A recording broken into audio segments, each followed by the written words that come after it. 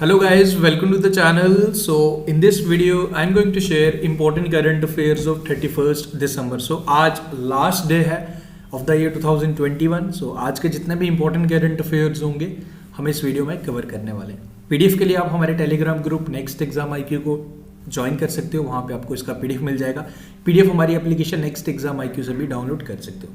तो शुरुआत करते हैं आज के इंपॉर्टेंट करंट अफेयर्स। तो सबसे पहले रोज की तरह ये 5 क्वेश्चन, इन क्वेश्चन से आपके इंपॉर्टेंट करंट अफेयर रिवाइज हो रहे हैं। सो मैं डेली ये चीज़ कहता हूँ कि आपको ये क्वेश्चन स्किप नहीं करने एट एनी कॉस्ट। कोशिश करें आंसर्स बताने की, नहीं भी बता पाएंगे इट्स ओके, एटलीस्ट यहाँ पे आप कोशिश तो कर रहे हैं। एग्जाम में ऐसा नहीं हो कि आप वहाँ भी फिर उलझ जाएं इन क्वेश्चंस में।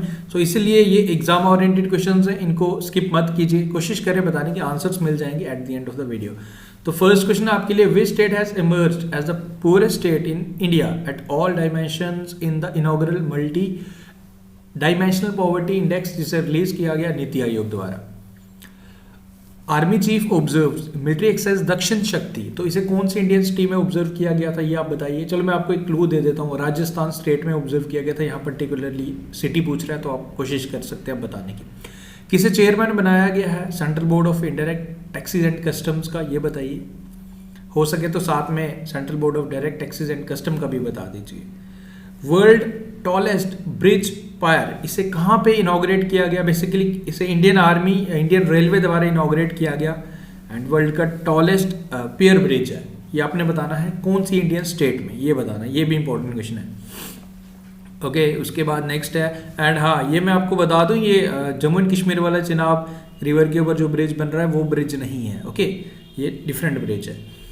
एंड फिफ्थ क्वेश्चन है, who is the author of the book resolve uniting nation in divided world, तो ये क्वेश्चंस आपने बताने हैं। शुरुआत करता हूँ आज के करंट अफेयर्स की, आंसर्स मिलेंगे at the end of the video.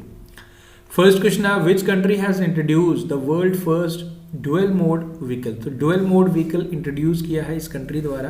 And आप देख सकते हो ये व्हीकल आपके सामने, बस भी आपको दिख रही है एंड नीचे पटरी भी आप देख रहे हो, यानी कि रोड पे भी चल सकता है एंड पटरी पे भी ये चल सकता है, यानी कि रेलवे ट्रैक पे भी चल सकता है। तो इस तरीके का ड्यूल मोड व्हीकल किस कंट्री द्वारा इंट्रोड्यूस किया गया? Country is Japan. Okay, Japan द्वारा से इंट्रोड्यूस किया गया।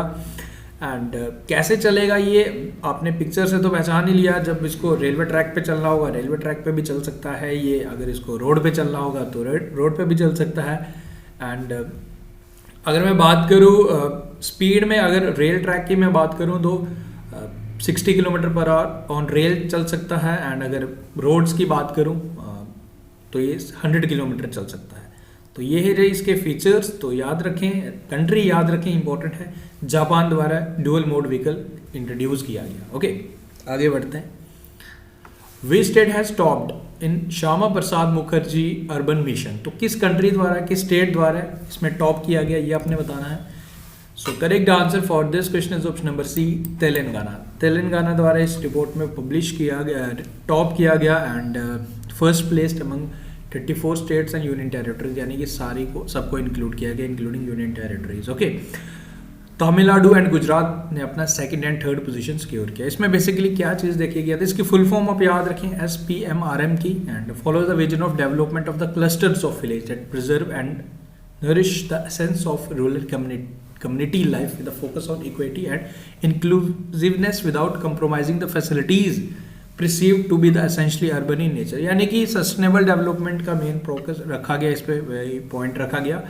एंड इसमें टॉप किसने किया, दिस इज द थिंग आपको याद रखना है, तेलंगाना ने इसमें टॉप किया। एंड तेलंगाना 2 जून 2014 सेपरेट हुआ था आंध्र प्रदेश से, याद रखें। And Shyama Prasad Mukherjee one of the founding member of भारतीय जनसंघ, एंड उसके बाद ये हमारा जो भारतीय जनता पार्टी बनी है वही है ये भारतीय जनसंघ।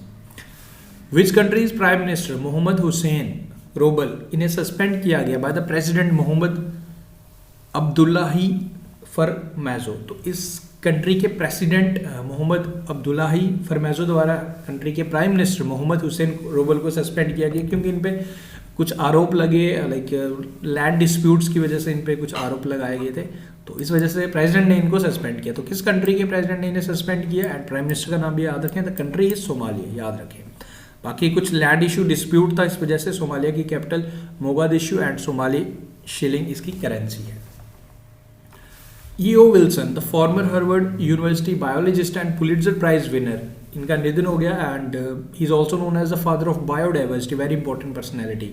ईओ विल्सन इनका नाम था एंड 92 ईयर्स की एज में अभी रिसेंटली इनका निधन हुआ एंड काफ़ी इन्फ्लुएंशियल साइंटिस्ट थे एंड काफ़ी जाने मारे थे to protect earth and his nickname, एक निकनेम से भी इन्हें जाना जाता था, डार्विन नेचुरल हायर।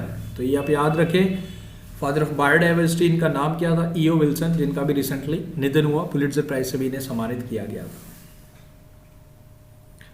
आगे बढ़ते, ये पिक्चर भी है इनकी, ये भी आप देख सकते हो।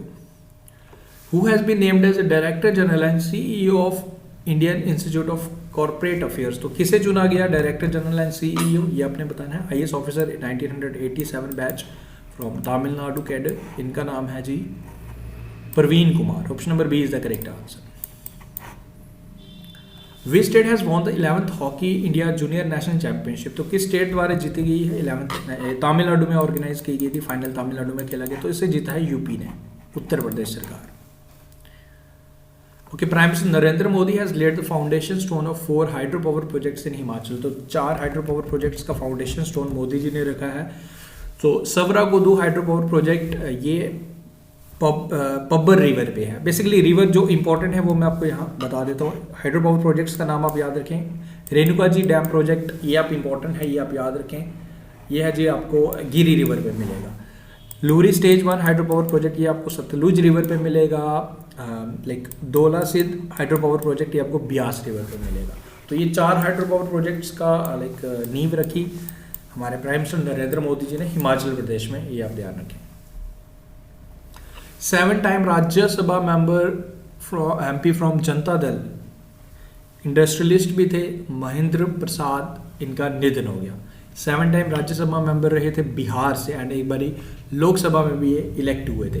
तो इम्पोर्टेंट है, पॉलिटिशियंस थे ये, important politician Mahendra Prasad from Bihar में से इन्होंने जो चुनाव जीता था एंड 7 टाइम राज्यसभा मेंबर रहे, यानी कि अपर हाउस के एंड एक बारी लोअर हाउस के मेंबर भी चुने गए थे, इलेक्ट किए गए थे। इनका नाम आप याद रखें, Mahendra Prasad, passed away. Which state has launch Haryana Kaushal Rozgar Nigam portal? तो किस सरकार द्वारा लॉन्च किया गया? वेल ऑप्शन में ही, लेकिन क्वेश्चन में ही नाम आंसर छुपा हुआ, Haryana is the correct answer. And Haryana के मुख्यमंत्री मनोहर लाल खट्टर द्वारा इसे लॉन्च किया गया एंड एक इसके साथ साथ अटल पार्क एंड समृद्धि केंद्र इन गुरुग्राम भी लॉन्च किया गया। बेसिक ऑब्जेक्टिव क्या है इसका? इसमें लाइक जो भी इश्यूज रहते हैं, डिस्प्यूट्स रहते हैं रिलेटेड टू स्टेट, तो उसे जल्दी से जल्दी रिसॉल्व किया जाए and the CM has also honoured 78 officers and employees for delivering the best services in various field. तो इसके साथ साथ कुछ ऑफिसर्स को सम्मानित भी किया गया, तो ये आप याद रखें। उसके बाद डीआरडीओ, ये इंपॉर्टेंट क्वेश्चन है। DRDO has selected Paras defence and space technologies for handling over the technologies of border surveillance system. देखो अब डीआरडीओ आप लोग जानते हो, डीआरडीओ ने अब देखो जो भी हमारे बॉर्डर सर्विलेंस सिस्टम्स पे जो भी हमारे सीसीटीवी कैमराज हो गए, जो भी इंस्ट्रूमेंट्स जो यूज़ किए जाते हैं, तो इसके लिए इन इंस्ट्रूमेंट्स के लिए जो सिलेक्ट किया गया वो सिलेक्ट किया गया पारस डिफेंस एंड स्पेस टेक्नोलॉजीज को डीआरडीओ द्वारा। तो ये आप ध्यान रखें। एंड जो वैसे वेरियस प्रोडक्ट्स वगैरह बनाएगा, जो भी CCTV surveillance cameras and high technology जो भी रहते हैं इक्विपमेंट्स जो यूज़ किए जाते हैं बॉर्डर एरियाज पे सर्विलेंस सिस्टम्स के लिए, तो पारस डिफेंस एंड स्पेस टेक्नोलॉजीज को सिलेक्ट किया गया, चूज़ किया गया डीआरडीओ द्वारा। ये आप याद रखें बनाने के लिए।